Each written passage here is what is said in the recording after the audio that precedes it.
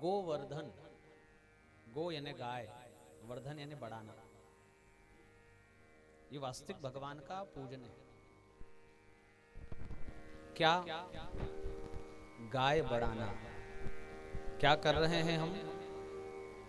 गाय को घटाने का काम कर रहे हैं। कैसे कर रहे हैं? हम ऐसे कर रहे हैं कि जो हमारे घर में दूध आ रहा है वो गाय का नहीं आ रहा है, और जिसका दूध हम पी रहे हैं उसकी बढ़ोतरी अपने आप हो रही है, और जिसका नहीं पी रहे हैं उसका घटना लगभग तय है। जिस दुकान का ग्राहक नहीं होता है वह दुकान पर ताला लगने में देर नहीं लगती है।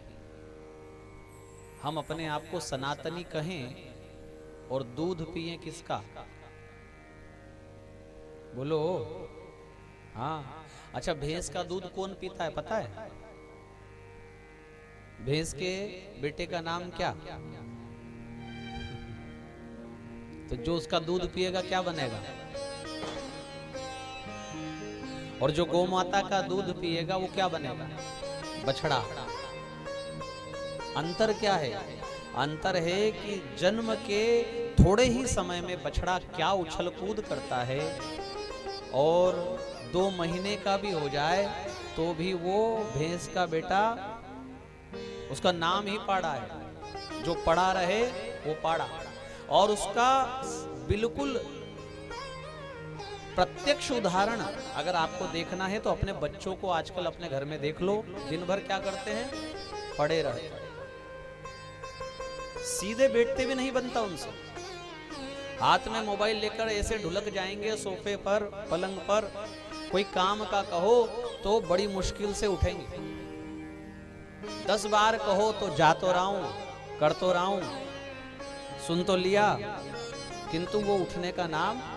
उसका कारण क्या है? उसका कारण है कि हमने उसको भैंस का दूध पिला पिला कर क्या बना दिया?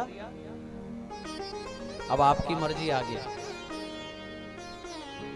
केवल हमारे कहने से आप 6 महीने के लिए अपना दूध बदल लो। आपके घर में 5 लीटर दूध आ रहा है, आप सौगंध ले लो कि मैं देसी गौ माता का ही दूध अपने घर में अपने लिए और अपने बच्चों के लिए वापरूंगा, और कुछ नहीं। यदि आप वैष्णव है, आपके अंदर भक्ति है, तो भगवान को देखकर, आपके घर में लाला जी हैं, ठाकुर जी, उनको देखकर अपना दूध बदल लो भाई। अरे ठीक है कि आपको नहीं भाती है दूध गाय का, और कई लोगों का ऐसा बहाना है कि हमको गाय के दूध की चाय अच्छी नहीं लगती। ये बहाना है केवल। हम आप सभी को आमंत्रित करते हैं, हमारे घर आओ, हम आपको गाय के दूध की चाय पिलाएंगे। आप जज करके बताना कि क्या अंतर है। एक एक करके आना, थोड़े थोड़े हैं, एक साथ। और एक साथ आओ तो पहले बता देना, तो हम अपने दूध वाले को कहेंगे कि वो ज्यादा ला कर देगा। आप में से कई लोग आए हैं हमारे यहाँ और चाय भी ली है, किंतु कोई बता नहीं सकता कि ये किसका दूध है। ये केवल एक बहाना है, ये केवल एक अपना मन है, जिह्वा का स्वाद है। इस जिह्वा के स्वाद को हम नहीं बदल पा रहे हैं, और हम अपने आप को वैष्णव कर रहे हैं, कृष्ण के भक्त कर रहे हैं, गोवर्धन की परिक्रमा लगा रहे हैं। ये एक तरीके से वैसी ही झूठी भक्ति है जैसे कि कोई माता पिता को माला पहना दे सुबह सुबह। रोज उठे, सुबह स्नान करे, माता को, पिताजी को तिलक कर दे, माला पहना दे, आरती उतार दे, तो लोग देखने वाले कहे अरे वाह क्या माता पिता का भक्त है भाई। फिर धीरे से माँ कहे उसकी कि बेटा चश्मा टूट गए। बोले फालतू बात मत करो, तुम्हारी पूजा कर दी ना, चुपचाप बैठे रहो, अब कुछ नहीं दिया जाएगा तुमको। ऐसा बेटा कहीं मिलेगा कि रोज पूजा करे? मैं पूजा कर रहा हूं वही बहुत है, अटपटा नहीं लगेगा। आप माला पहनाओ, आप आरती उतारो माता पिता की, किंतु उनकी आवश्यकताओं की पूर्ति में आप अपनी जिम्मेदारी से पल्ला झाड़ लो, ये पूजा है क्या? प्रत्येक देव की मूर्ति के अनुसार उसके पूजन का क्रम बदल जाता है, ये बात ध्यान रखना। और इसी को विवेकशील भक्त कहते हैं, केवल पाखंडवादिता को भक्ति नहीं कहते। किस देव का पूजन किस वस्तु से होगा? गौ माता को कंकु चावल चढ़ाने से क्या अभिप्राय है? नर्मदा जी को कंकु चावल चढ़ाने से क्या अभिप्राय है? नर्मदा जी का पूजन है उसका संरक्षण, गौ माता का पूजन है उसकी सेवा, माता पिता की पूजन है उनके वचनों का पालन, गुरु जी की सच्ची पूजा है उनके वचनों का पालन। हर जगह कंकु चावल से पूजा नहीं होती है। हम भगवान गोवर्धन पर जल ले जाकर चढ़ाते हैं और वही स्वरूप मेरे सामने विराजित है भागवत जी के रूप में, तो यहां भी एक लोटा लाकर जल चढ़ा दो, ऐसे पूजन होगी? जैसे ही देव का विग्रह बदलेगा वैसे ही उसके पूजन का उपचार बदल जाएगा। ये विवेक मानव में होना चाहिए। अगर गौ को माता कहा है तो उसका पूजन होगा ना चारा डालने से, ना गो सेवा करने से, ना आपके गौशाला जाने से। सबसे पहली सेवा है कि आपके घर का दूध बदल दिया जाए। भैंस का पिएंगे दूध और गौशाला में अमावस्या को जाकर चारा डालेंगे, ये झूठी भक्ति है, पाखंड है। एकादशी के दिन, पूर्णिमा के दिन, अमावस्या के दिन आपके घर में 5 लीटर दूध आता है, 150 लीटर दूध महीने भर में भैंस का पी गए। 150 गुणित 60 कितना हो रहा है? 9,000 रुपए का दूध आप किसका पी गए? भैंस का। और 50 रुपए का चारा ले जाकर गौ माता को डाल दिया। बताओ किसका पूजन किया? भैंस का किया ना। इसलिए आप सभी से करबद्ध निवेदन है, ये एक जागृति लाइए। हम घर में गाय का ही दूध वापरेंगे बस।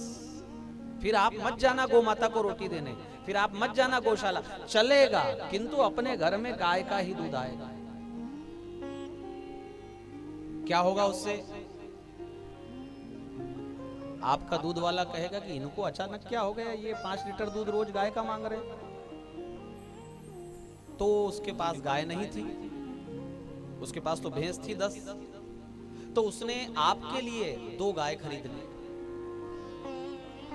ठीक है, अब वो 2 गाय उसके घर में हो गई और बदले में एक भैंस बेच दी, तो उसके घर में गाय की बढ़ोतरी हो गई। आपको देखकर आपके पड़ोसी ने या आपके रिश्तेदार ने भी बोला भैया मुझे भी वही चाहिए, तो उसने 2 गाय और ले ली। बोले आजकल लोगों को हो क्या रहा है? ऐसे अगर हम गाय का दूध उपभोग में, उपयोग में लेंगे तब जाकर गाय की बढ़ोतरी होगी, स्वतः होगी, करनी नहीं पड़ेगी। उसकी खपत तो हो। हम तो पितरों को भी श्राद्ध में भैंस के दूध की खीर पिला रहे हैं, बताइए आप। कहां मति मारी गई हमारी? हम तर्पण करते हैं और उसमें भैंस का दूध मिलाते हैं। श्राद्ध पक्ष में हम तर्पण करने बैठते हैं पितरों का और उसमें भैंस का दूध मिलाते हैं। अरे आजकल तो शिव जी का बड़ा बोलबाला चल रहा है, यही समझते बस उनको दूध चढ़ाना है। काहे का चढ़ाना है ये नहीं पता, बताने वाले भी नहीं बताया, तो काहे का दूध ले जाकर चढ़ा रहे उनको? शिव पुराण पढ़ लो, सुनो मत। मैं आपसे निवेदन करता हूं, भागवत केवल सुनने पर आश्रित मत रहो, केवल शिव पुराण सुनने पर आश्रित मत रहो, पढ़ो ना उसको, स्वयं पढ़ तो लो। कौन झूठ बोल रहा है, कौन सही बोल रहा है, पता तो पड़े। शिव पुराण में लिखा है भैंस का दूध भगवान को चढ़ाने का अर्थ है शिव जी को वज्र से प्रताड़ित करना, मारना। अब बताओ, आज तक पूजा की, अभिषेक किया या पाप किया? और इसका रास्ता भी दिया है शिव पुराण में, इसका रास्ता भी दिया है। कहा है कि यदि आपको गाय का दूध उपलब्ध नहीं है और आपको दूध से ही अभिषेक करना है तो आप अपने जल में थोड़ा गंगा जल मिला लीजिए। गंगा जल को गोदुग्ध के बराबर ही उपमा दी गई है शास्त्र में, किंतु भैंस के दूध का कहीं नहीं लिखा है कि गाय का नाम मिले तो भैंस का चढ़ाओ। लोग तो सांची का और वो अमूल के पाउच को काट कर वहीं से धार लगा ले, पाश्चुरीकृत। गरम किया हो तो शिव जी को चढ़ाया ही नहीं जाता है, ठाकुर जी को लगता ही नहीं वो। अगर आप हरि के भक्त हैं तो भी आपको गौ माता की ही उपासना करनी चाहिए। यदि आप हर के भक्त हैं तब भी आपको गौ माता की ही उपासना करनी चाहिए। पितरों के लिए बिना गाय के दूध के उद्धार नहीं, अपने स्वास्थ्य वर्धन के लिए, अपने बच्चों की स्फूर्ति के लिए, उनको पढ़ा हुआ याद रहे इसके लिए कितना गुण गिना है इनका। सब साइंटिफिक है, सब आपने बार बार मोबाइल में देखा हुआ है, फिर भी हम बदलने को तैयार नहीं अपने आप को, तो हमारा भला कौन करेगा। ये संकल्प अगर आज आपका हो जाए यहाँ कि मैं यहां से जाकर सौगंध लेता हूं या सौगंध लेती हूं कि भैंस के दूध की चाय नहीं पिएंगे, या तो चाय ही नहीं पिएंगे और पिएंगे तो गौ माता का दूध ही वापरेंगे, तो आपकी सच्ची पूजन गोवर्धन के चरणों में बैठकर होगी। ये सच मानना आप। आज तक जो आपने नहीं पाया होगा ना, वो आप पा जाओगे। आप 6 महीने करके देखो आपके घर में लक्ष्मी का कैसा वास होता है। आप करके तो देखो, सबको पता है लक्ष्मी कहां बैठती है। हाँ, एक फोटो सर्च कर लो आप अपने मोबाइल में गौ माता का, जिसमें 33 कोटि देवी देवता गौ माता के श्री अंगों में बताए गए। आपने सबने देखा ही होगा ऐसा चित्र कहीं ना कहीं। तो आप याद करो कि उसमें लक्ष्मी जी कहां बैठी थी। गोबर में। वो चित्र आप निकालोगे तो गौ माता ने जो गोबर किया हुआ है उसमें कौन बैठी है? लक्ष्मी। सबको पता है, किंतु घर को लीपना बंद कर दिया, टाइल्स आ गई, बोले अब उसके ऊपर बेकार लगेगा। ज्यादा मत करो। आपका आंगन, ये घर है, वो आंगन है, वहां से एंट्री हो रही है, वहां थोड़ा सा एक चौक गोबर से लीप दो, और एक भगवान आपके यहाँ जो बैठे हैं और वहां एक छोटा सा चौकोर भगवान के आगे आप गोबर से लीप दो। गुरुवार को नहीं, हमारे यहाँ पोछा लीपा पोती गुरुवार को नहीं होती। दूसरा, लक्ष्मी पूजन आप करें तो नीचे पहले गोबर का लेप करें, उसके बाद लक्ष्मी जी का पाटा। अमावस्या जो दीपावली की मैं बात कर रहा हूं, ये गौ माता की ऐसी कृपा है महती हमारे ऊपर।